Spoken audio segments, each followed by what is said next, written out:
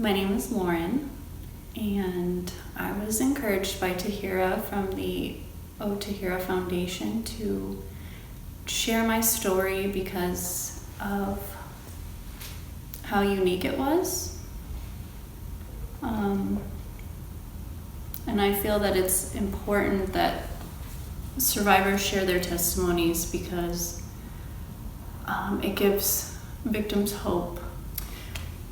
We had first met on an online dating site, and within the first couple hours of speaking to him, he gave me his social security number, his whole backstory. He was completely open and had told me everything that I ever needed or wanted to know. And so when we ended up meeting, we had a connection to where I thought this was different. And so things moved really fast. But it was a complete facade. He hacked onto my social media accounts. He hacked my Gmail and my iCloud. I felt like I couldn't escape because he kept tabs on his ex-wife. He had a messed up childhood, and he suckered me in with all of those stories, which were false according to his brothers that I found out after I got out. The violence escalated, and after being together for 6 months, we were only together 3 more months, and it escalated significantly within those 3 months. He would promise that he wouldn't do drugs anymore and that things would go back to the way they were. And I don't know why I felt like there was such a connection that kept me there, but we had so much in common, and we liked the same music. Our childhoods sounded somewhat similar, like we just related. And so I was also drawn to people that are troubled, and I wanted to help. And he got really upset, and so I decided to leave. And then as I was walking out the front door, he kicked my hip and kicked me into a wall, which caused me to have bruises from my thigh all the way up to my hip on both sides. And I wasn't able to sleep on my side for about a week. But I decided to go to the police with that, and they recorded that. But they didn't do anything. And he had prior domestic violence charges with his ex-wife and another woman, but the way he explained it to me, he made it seem like he was the victim, and so I felt like it was unjust for him. There was another time where we had gotten into an argument. I think he thought I was talking to my ex-husband, which I was not. And he grabbed me and pushed me into the couch by my face, and then it gave me really bad shoulder burn, and I hurt for a couple weeks. And then he took me out into the garage and put duct tape around my face and put a knife to my neck and told me that I better not leave him.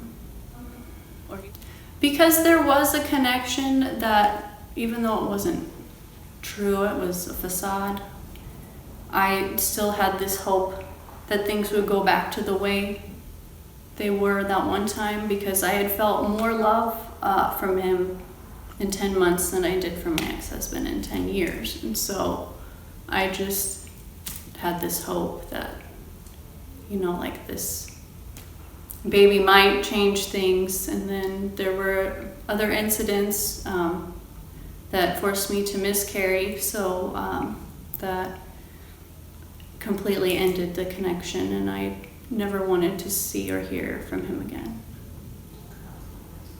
I feel like the miscarriage was unfortunately a blessing in disguise, because it would have led me to my death.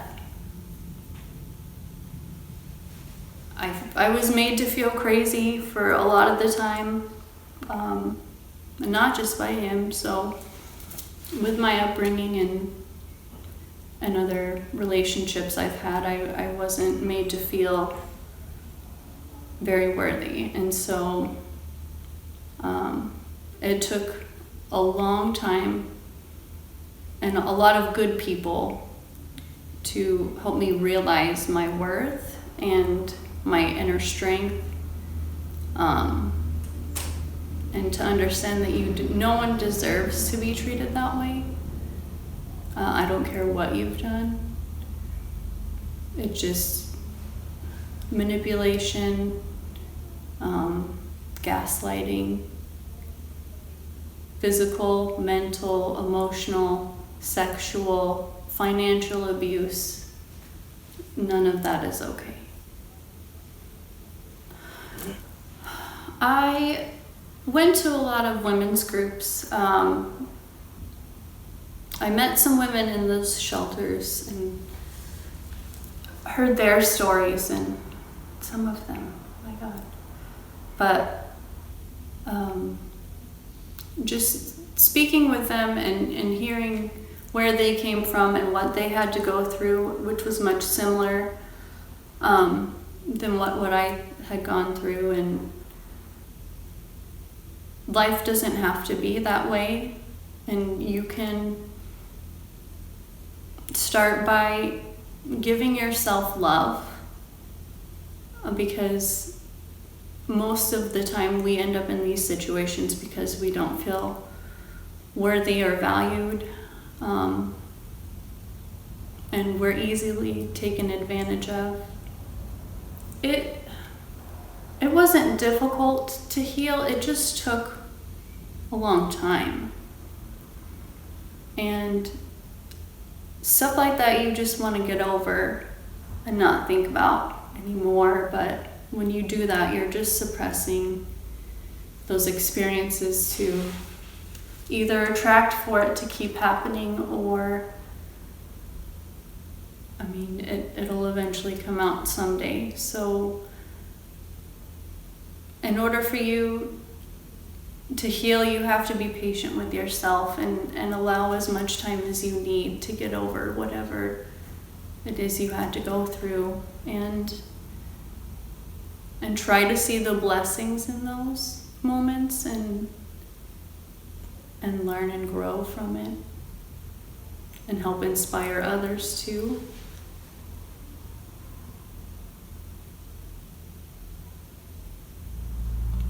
It took me a long time, like it did to heal, to begin trusting, but you can trust again. There are amazing people out there that will give you support as much as you need it, whenever you need it. What advice do you have for women, girls, and even men and boys who may be in a situation where they're being abused?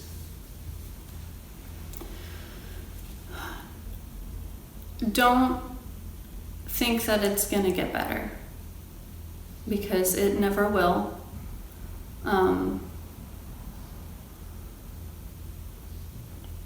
You have to find someone to speak out to, because they can help give you the courage to get out and give you the resources that you need. Because I realize that if you want to get out, your life and everything about it completely changes in that one day. You lose your home, you could be losing money, you could be losing pets, you could be losing valuables. Just whatever it takes for you to get out is a big step and a huge change. But if it's costing you your life to stay there, it's not worth it. You are put on this earth to be happy and enjoy life, not be under someone else's rule and be manipulated and taken advantage of or abused. Do you think? I feel like law enforcement just needs to really take in the situation as it's happening and listen, and not take sides right away. Look at criminal history while you're there, and get better training on gaslighting and manipulation and situations that involve domestic violence, because it's not cut and dry.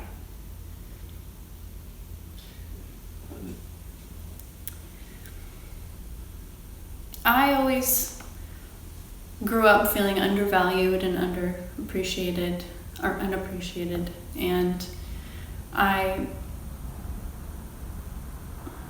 didn't realize what I had to offer until I took time to sit with myself and see the patterns and all the values that were instilled in me as a child, and all the negativity that I was holding on to, and that wasn't doing me any good. And so once I started working on myself, things started changing for me, to where I started aligning with new friends with positive attitudes, and I started getting in touch with, old family members, and just from the isolation, I had lost a lot of friends, and so it's like I had a new beginning, and so I took advantage of it, and